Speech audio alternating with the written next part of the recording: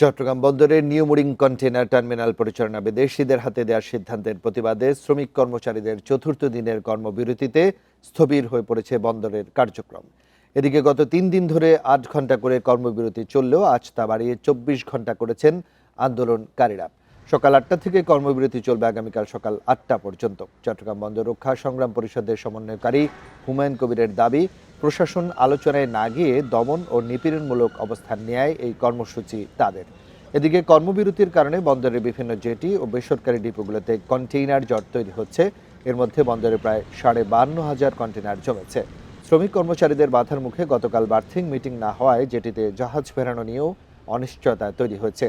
এদিকে আন্দোলনে নেতৃত্ব দেওয়া মোট 16 কর্মচারীকে বদলি করেছে কর্তৃপক্ষ। আর জানাতে চট্টগ্রাম থেকে আছেন সহকর্মী অনুপম শীল। অনুপম, কর্মবিরতি বাড়ানোয় বন্দরের কার্যক্রমে আসলে কি ধরনের প্রভাব পড়েছে, আর আলোচনায় কোনো উদ্যোগ আসলে দেখা যাচ্ছে কিনা বা সমস্যার সমাধানের কোনো পথ দেখছেন কিনা? আসলে কি ধরনের প্রভাব পড়েছে সেটি বলা, একটি দৃশ্য দেখালে আসলে সেটি সহজে পরিষ্কার করা যাবে। আমরা এখন এই মুহূর্তে আছি চট্টগ্রাম বন্দরের 1 নম্বর গেটে। এখানে মূলত জেনারেল কার্গো বাড়তে যে সমস্ত বাল্ক আইটেমগুলো, বিশেষ করে খোলা পণ্য, সিমেন্ট ক্লিংকার বা লোহার যে কাঁচামাল, সেই এই পণ্যগুলো মূলত এই গেট দিয়ে বের করা হয়।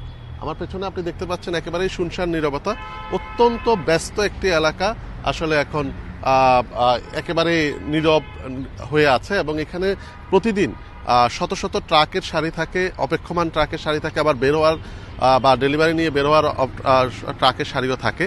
কিন্তু আজকের বাস্তবতা আপনি নিশ্চয়ই দৃশ্য দেখতে পাচ্ছেন। অর্থাৎ এই পরিস্থিতি কিন্তু চট্টগ্রাম বন্দরের প্রায় সবগুলো গেইটে এবং ভেতরের অবস্থা এটি থেকে অনুমান করা যাচ্ছে।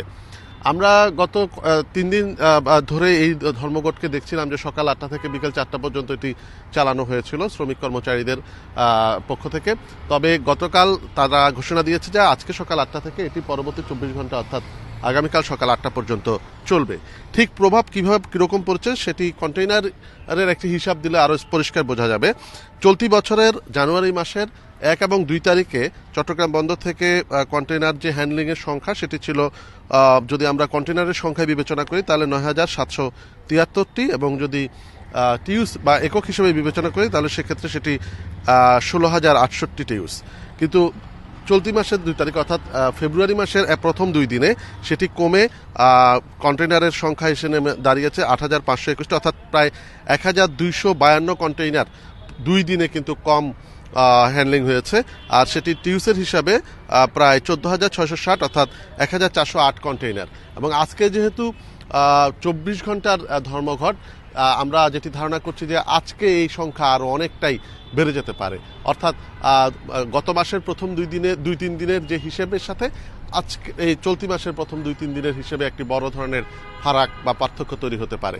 তো সামগ্রিকভাবে বন্দরের এই বর্তমান পরিস্থিতিতে ব্যবসায়ী সংগঠনগুলো উদ্বেগ জানিয়েছে, বিশেষ করে যারা আমদানি রপ্তানি বাণিজ্যের সাথে যুক্ত তৈরি পোশাক প্রস্তুতকারী প্রতিষ্ঠান বিজিএমইর পক্ষ থেকেও উদ্বেগ জানানো হয়েছে। এবং তারা বলছেন যে দ্রুত যদি এই সমস্যার সমাধান না করা যায় তাহলে আমদানি রপ্তানি খাতে একটি বড় ধরনের প্রভাব তৈরি হবে। কারণ একই সাথে কন্টেইনার ডেলিভারি করাতে না পারলে বন্দরে একটি মাশুল দেওয়ার বিষয় আছে। আবার অপেক্ষমান জাহাজের জন্য প্রতিদিন প্রায় 10 থেকে 15,000 ডলার পর্যন্ত জরিমানার একটি বিষয় আছে। অর্থাৎ আমদানিকারকদের উপর এই পণ্য নিয়ে একটি চাপ তৈরি হচ্ছে। আর রপ্তানির ক্ষেত্রে যদি ডিপোগুলো থেকে যথাসময়ে বন্দরে পণ্য ডেলিভারি না করা যায় তাহলে জাহাজ খালি ফেরত যাওয়ার একটি বিষয় আছে, এবং সেক্ষেত্রে যথাসময়ে রপ্তানি করা নিয়ে অনিশ্চয়তা তৈরি হয়েছে। সামগ্রিকভাবে বন্দর কেন্দ্রিক ব্যবসা বাণিজ্যে একটি স্থবিরতা তৈরি হয়েছে, যেটি দেশের সামগ্রিক অর্থনীতির উপর একটি নেতিবাচক প্রভাব তৈরি। চট্টগ্রাম বন্দর থেকে সবশেষ পরিস্থিতি জানাচ্ছিলেন সহকর্মী অনুপম শীল।